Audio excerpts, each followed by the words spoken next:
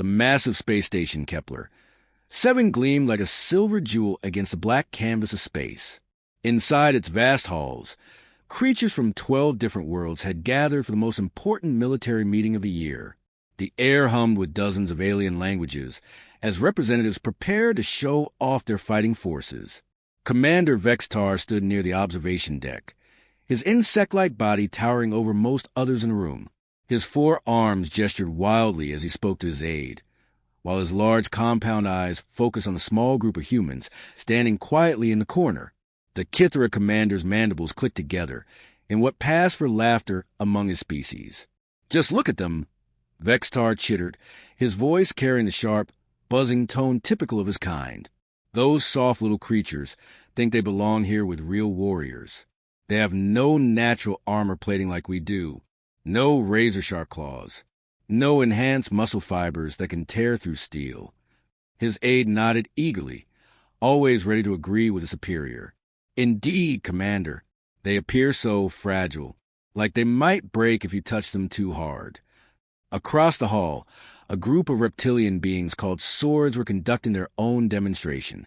General Kale moved with lightning speed, his scale body blurring, as he struck practice targets with precision that seemed impossible.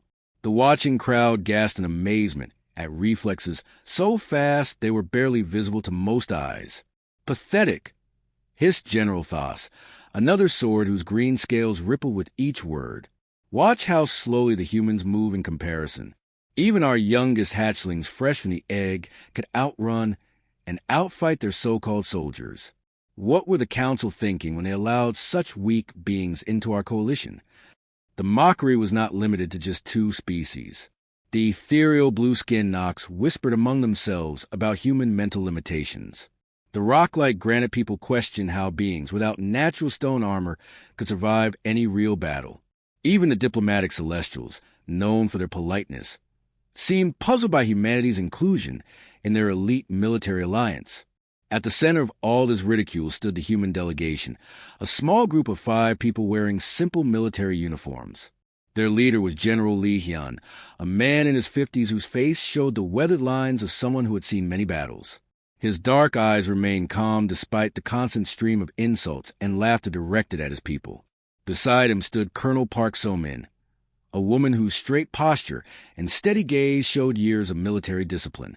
She said nothing as alien beings pointed at her and commented on how easily her thin human bones might snap under pressure. Her hands remained clasped behind her back, though her knuckles were slightly white from the effort of staying calm. The other 3 humans in their group, Major Kim Jin-woo, Captain Lee Mi-young, and Lieutenant Choi Dae-ho, all maintained the same professional silence. They had expected this treatment.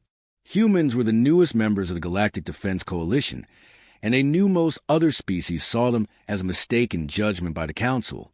"Tell us, General Lee," Commander Vextar called out suddenly, his voice cutting through the chatter in the hall. The insectoid being approached the human group with deliberate slowness, his 4 arms spread wide in a gesture that seemed both welcoming and threatening. "What exactly do humans bring to our coalition? Your species lacks every single advantage we see in proper warriors." The hall grew quiet as hundreds of alien eyes turned toward the human general.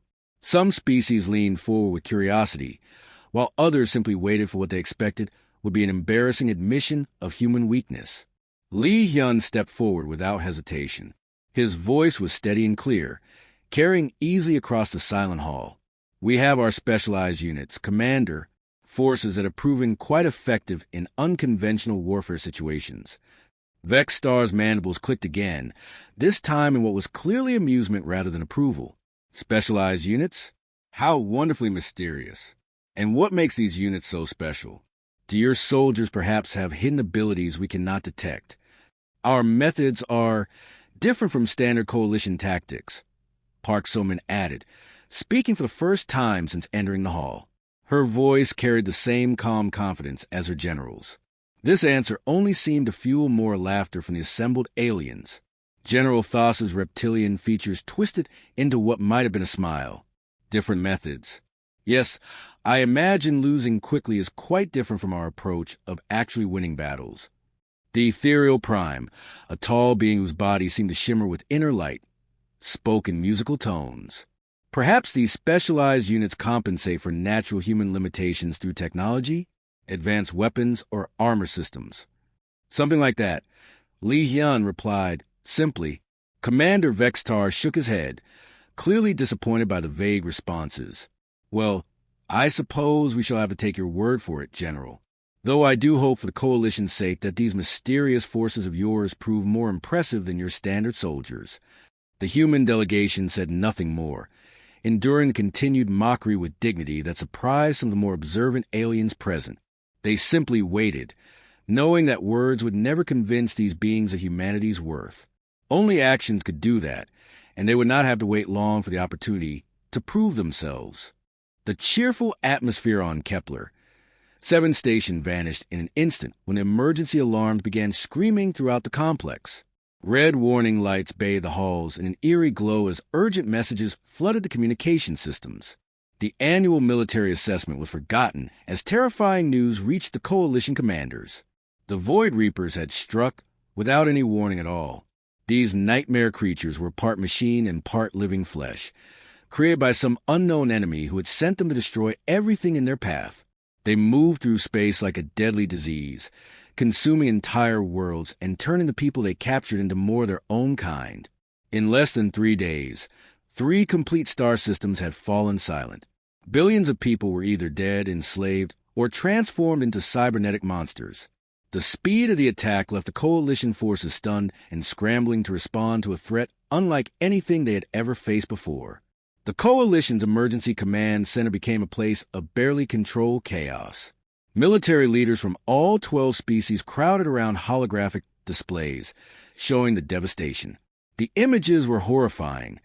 Once beautiful planets, now covered in mechanical structures that pulsed with evil red light. General Thos paced back and forth like a caged animal, his reptilian tail whipping violently behind him. His scales had turned a darker shade of green, which among swords indicate extreme stress or fear. This cannot be happening, he hissed through clenched teeth. Our lightning battalions were completely destroyed.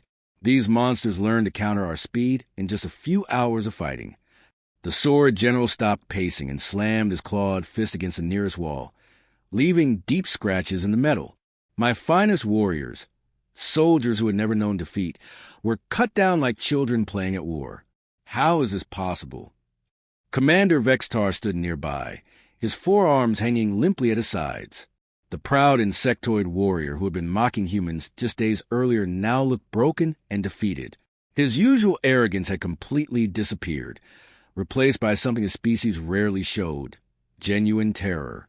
The Kithra shock troops did not fare any better than your forces, Vextar admitted, his voice barely above a whisper. Our natural armor, which had protected us in countless battles, meant nothing against their weapons. But worse than that, their technology learns from every single encounter. They study how we fight, and then develop countermeasures within hours.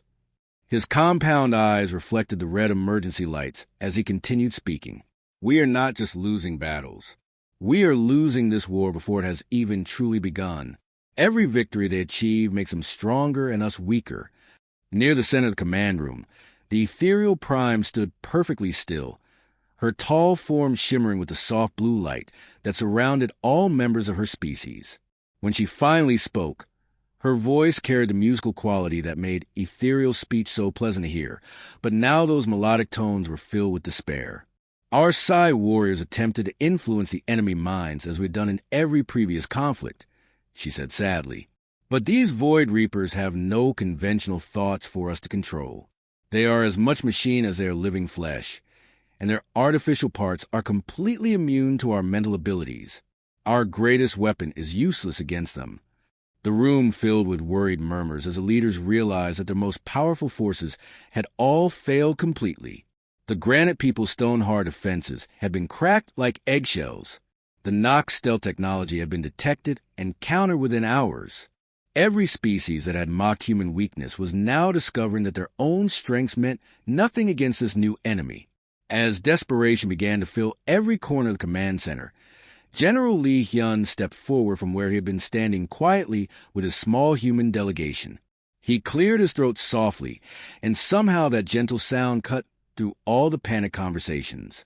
"If I may speak, honored colleagues," he said in his calm, steady voice, "I would like to request permission to deploy our K-9 Special Operations Division." The effect of his words was immediate and dramatic. Every conversation stopped instantly, and hundreds of alien eyes turned toward the human general. The silence in the room was so complete that the only sounds were the distant emergency alarms and the soft humming of the life support systems. Vexstar's compound eyes focused on Li Hyun with laser-like intensity.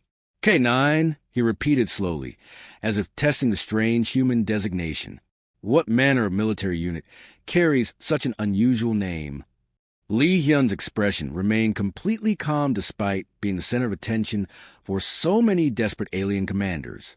"They are our most elite forces," he replied simply. "This division specializes in situations where conventional warfare methods have proven unsuccessful." Colonel Park So-min moved to stand beside her general, her military bearing unchanged despite the crisis surrounding them. "General Kim Tail's unit has been prepared for immediate deployment since the crisis began. They have been waiting only for official authorization to engage the enemy."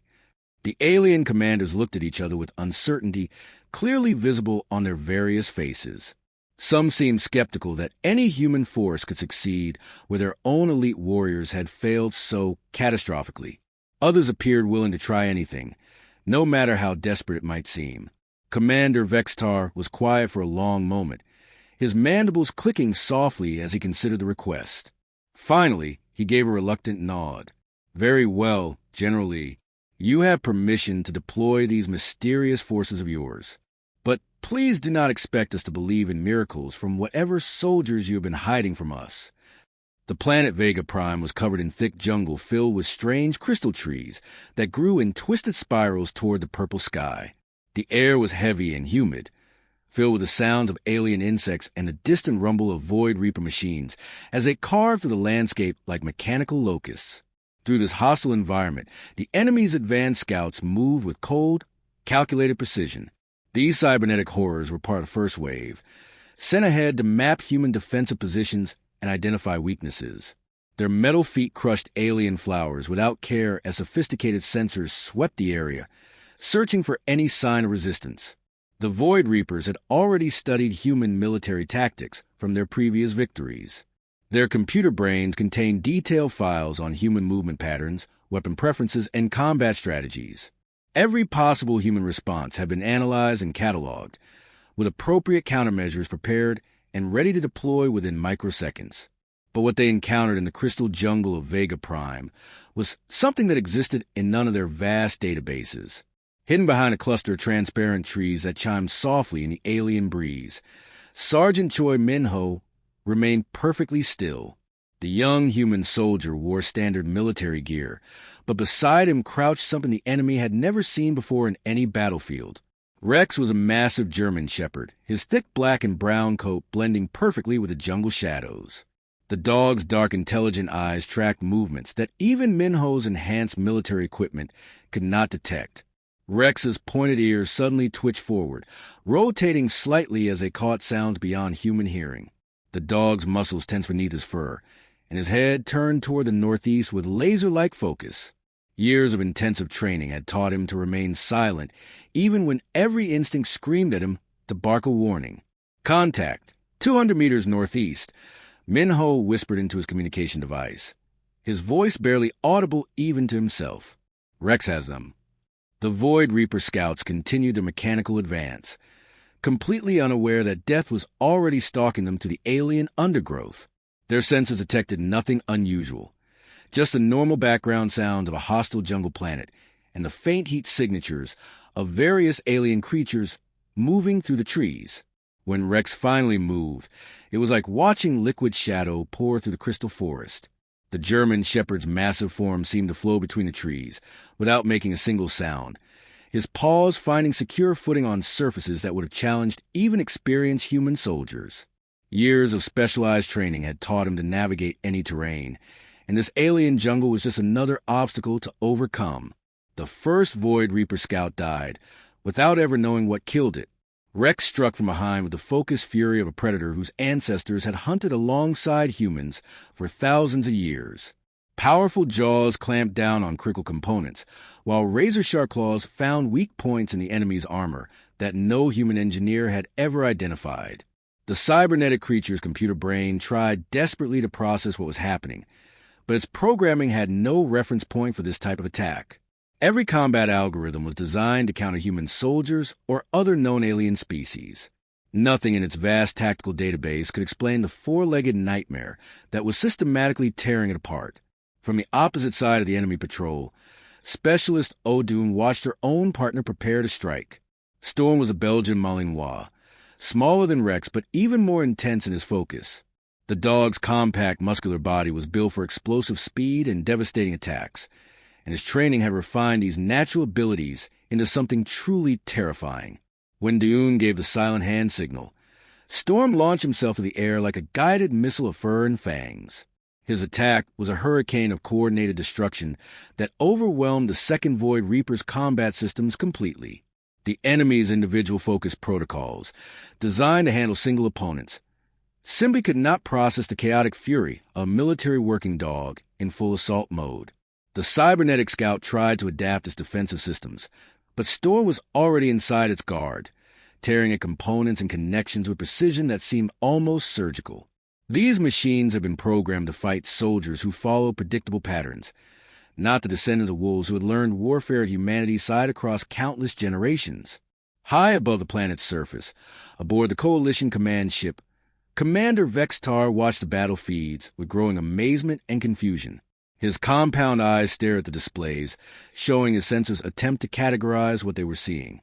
The computer systems kept generating error messages as they failed to identify the new combatants. By the void, Vextar breathed, his mandibles clicking rapidly in agitation. What are those creatures? They move like predators, but they fight alongside the humans with perfect coordination. Standing beside the alien commander, General Li Hyun allowed himself a small smile of satisfaction. For the first time since the crisis began, he felt genuinely optimistic about their chances of victory against the Void Reapers. "Those, Commander," Li Hyun said quietly, his voice filled with pride and affection, "are humanity's oldest allies. We call them dogs." The Kithra commander stared at the human general with complete bewilderment. "Dogs? What manner of warrior is a dog?" "The very best kind," Li Hyun replied, watching as more Void Reaper scouts fell to the coordinated attacks of human canine teams throughout the jungle below. The war for Vega Prime had been raging for 6 days, and the true nature of human warfare was finally revealing itself to the amazed alien observers watching from orbit. This was not simply a matter of soldiers using trained animals as living weapons or tools. What the Coalition forces were witnessing was something far more complex and powerful, a partnership between two species that had grown and developed together over thousands of years. Lieutenant Park Jun-Seo knelt carefully beside a section of jungle path that looked completely normal to every scanning device the Coalition possessed. Beside him, 3 border collies sat perfectly still, their intelligent eyes focused on different sections of the apparently empty ground. These dogs were not the massive, intimidating warriors like Rex and Storm. Instead, they were medium-sized animals with long black and white coats and expressions of intense concentration. Bella, the lead dog of the group, suddenly stood and walked to a specific spot about 3 meters away from the path. She began pawing gently at the air above what appeared to be just another patch of alien grass and crystalline flowers. To human eyes, and to every sense of the Coalition military possessed, there was absolutely nothing unusual about that location. Bella's found another one. Jun-Seo reported calmly into his communication device. "We need the disposal team over here immediately." Within minutes, a specialized team of explosive ordnance disposal experts arrived with their advanced detection equipment. They scanned the area where Bella had indicated and discovered something that made them step back in shock, a nearly invisible energy mine that their most sophisticated technology had completely missed. "How did she know?" asked Corporal Kim Eugene, staring at the deadly device that would have killed dozens of soldiers if they had stepped on it. "Our scanners showed nothing at all." Jun-Seo scratched Bella behind her pointed ears, and the dog's tail wagged slightly at the praise. Border collies were bred for hundreds of generations to notice tiny details and solve complex problems. They can see patterns that even our computers miss. This scene was being repeated throughout the jungle as teams of humans and dogs worked together to clear paths through Void Reaper defenses that had stopped coalition forces for weeks. The enemy had created intricate trap systems using technology that adapted to counter every scanning method known to galactic military science. But they had never encountered the natural problem-solving abilities of Earth dogs enhanced by centuries of selective breeding. The Void Reaper's computer systems worked frantically to understand and counter this new threat. Their adaptive algorithms tried to analyze the dog behavior patterns, searching for some logical system they could predict and defeat. But how could machines programmed for logical thinking understand actions driven by loyalty, instinct, and bonds formed across thousands of years? The answer came during a fierce battle at an enemy's stronghold built into the side of a crystal mountain. Corporal Song Hygiene was leading an assault team up a narrow path when Void Reaper defenders opened fire from hidden positions. Energy blasts lit up the jungle as human soldiers dove for cover behind the twisted crystal trees. Hygiene was not fast enough to avoid one of the energy beams. The blast caught her in the shoulder and spun her around, sending her tumbling down the rocky slope with blood streaming from her wound.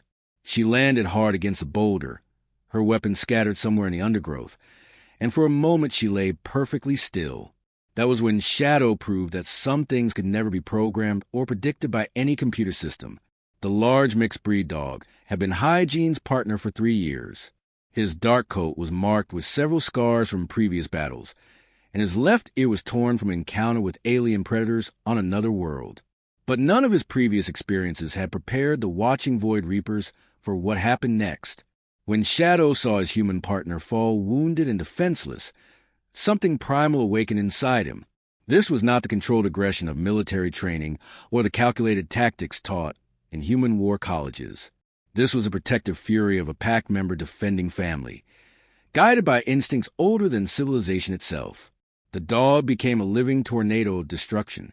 He tore through the first Void Reaper unit with such savage intensity that their combat computers simply could not process what was happening before they could adapt their defensive systems. Shadow was already attacking the second unit, his powerful jaws finding weak points in their armor while his claws raked across critical components. The third unit tried to target the wounded human soldier, thinking this might stop the animal's assault. Instead, this action triggered an even more devastating response. Shadow positioned himself directly between the enemies and his fallen partner, fighting with a berserker rage that transformed him into something beyond the reach of tactical analysis. While maintaining his offensive position, Shadow used his teeth to grip Hygiene's equipment harness and began dragging her to safety. He moved backwards step by step, never taking his eyes off the enemy, pulling his wounded human toward the cover of the crystal trees where other soldiers could help them. High above the battlefield, Commander Vextar watched the tactical displays with his mandibles hanging open in amazement. His aide stood beside him, equally stunned by what they were witnessing. "They do not fight as individuals," Vextar murmured, his voice filled with something approaching awe. "The humans and these dogs, they think and act as one single entity. How is such coordination possible?" The display showed dozens of similar scenes throughout the jungle, humans and dogs working together with a level of teamwork that exceeded anything in coalition military experience. The morning sun cast long shadows across the ruins of Vega Prime's capital as Captain Kim Soo-jin crouched behind a fallen building. Her German shepherd, Thor, pressed close to her side, his ears alert to every sound. Around them, hundreds of other human dog teams waited in the rubble, ready for the final attack. "All units, this is command," General Lee's voice crackled through their radios. "The Void Reapers think they know how we fight. Today, we show them they're wrong." Kim smiled and scratched Thor's head. The enemy had studied human tactic for months, learning to counter their every move. But the Void Reapers had made one big mistake. They thought humans fought like machines, following predictable patterns. They didn't understand the chaos that came when humans and dogs worked together. "Ready, boy," Kim whispered to Thor. The dog's tail wagged once, and his dark eyes focused ahead. That was all the answer she needed. The signal came at dawn. Like a wave breaking over rocks, the 9 teams poured into the city from every direction. There was no grand formation, no organized lines. Instead, each team moved like water, flowing around obstacles and finding their own path forward. Sergeant Park and his bloodhound, Luna, slipped through the sewers beneath the main street. Above ground, Corporal Johnson and his Belgian Malinois, Spike, scaled the side of a damaged tower. Every team had their own mission, their own route, their own way of fighting. The Void Reaper's computer systems tried desperately to predict the human movements. Their artificial minds analyzed the chaos, searching for patterns that simply didn't exist. How could they calculate the moment when a dog would suddenly change direction based on a scent only he could smell? How could they predict when a human would make a split-second decision based on nothing more than a feeling? Kim and Thor reached their target first, a communication hub hidden in an old-school building. 3 cybernetic guards stood at the entrance, their red eyes scanning for threats. Thor growled low, and Kim felt the vibration through her hand on his back. "Easy," she whispered. "Wait for it." The guard sensors were designed to detect human heat signatures and weapon emissions. They weren't programmed to worry about a dog who could think and plan just as well as his human partner. Thor darted left while Kim went right. The guards turned toward the human movement, exactly as planned. Thor leaped onto the first guard's back, his teeth finding the power cable that ran along its neck. Sparks flew as the machine collapsed. Kim rolled forward, her rifle speaking twice. The remaining guards fell before they could raise an alarm. Thor bounded back to her side, his tail wagging as if this was all just a game. Similar scenes played out across the city. Each team fought differently, moved differently, thought differently. The Void Reapers adapted technology, so deadly against other alien armies, couldn't keep up with the beautiful chaos of human creativity mixed with canine instinct. Private Chun and his explosives detection dog, Boomer, found the hidden mines that would have stopped any normal advance. Boomer's nose led them through a safe path that no scanner could have detected. Behind them, assault teams poured through the gap. Staff Sergeant Williams and her pack of rescue dogs turned their training to war. Dogs trained to find survivors in earthquake rubble now hunted enemies, soldiers hiding in collapsed buildings. Their keen hearing picked up the hum of cybernetic hearts the human ears could never catch. The enemy's command center stood like a metal mountain in the city's heart. Its walls bristled with weapons, its surface crawled with defensive systems. The Void Reapers had made it their final stronghold, certain that no force could breach its defenses. They were wrong. The attack came from everywhere at once. Dogs climbed walls that seemed impossible to scale. Humans squeezed through gaps that appeared too small. Teams appeared in places where no living thing should have been able to go. Kim and Thor found themselves in the command center's main hall, facing down the Void Reaper commander itself. The alien machine was twice her size, its arms ending in weapon pods that could level a building. "Surrender, human," it said in a voice like grinding metal. "You cannot defeat our logic." "You're right," Kim replied, raising her rifle. "We can't defeat your logic. But logic isn't everything." Thor attacked from the side, while Kim fired from the front. The commander's sensors couldn't track both threats at once. In seconds, it was over. Throughout the building, similar scenes played out. Human unpredictability, combined with canine loyalty, proved unstoppable. Within 3 hours, the command center fell. As the last Void Reaper ships fled the system, the alien commanders who had once mocked humanity stood in shocked silence. They finally understood what made humans dangerous. It wasn't their weapons or their technology. It was their ability to form bonds that turned ordinary creatures into extraordinary warriors. The war was over, and the galaxy would never underestimate the power of friendship again,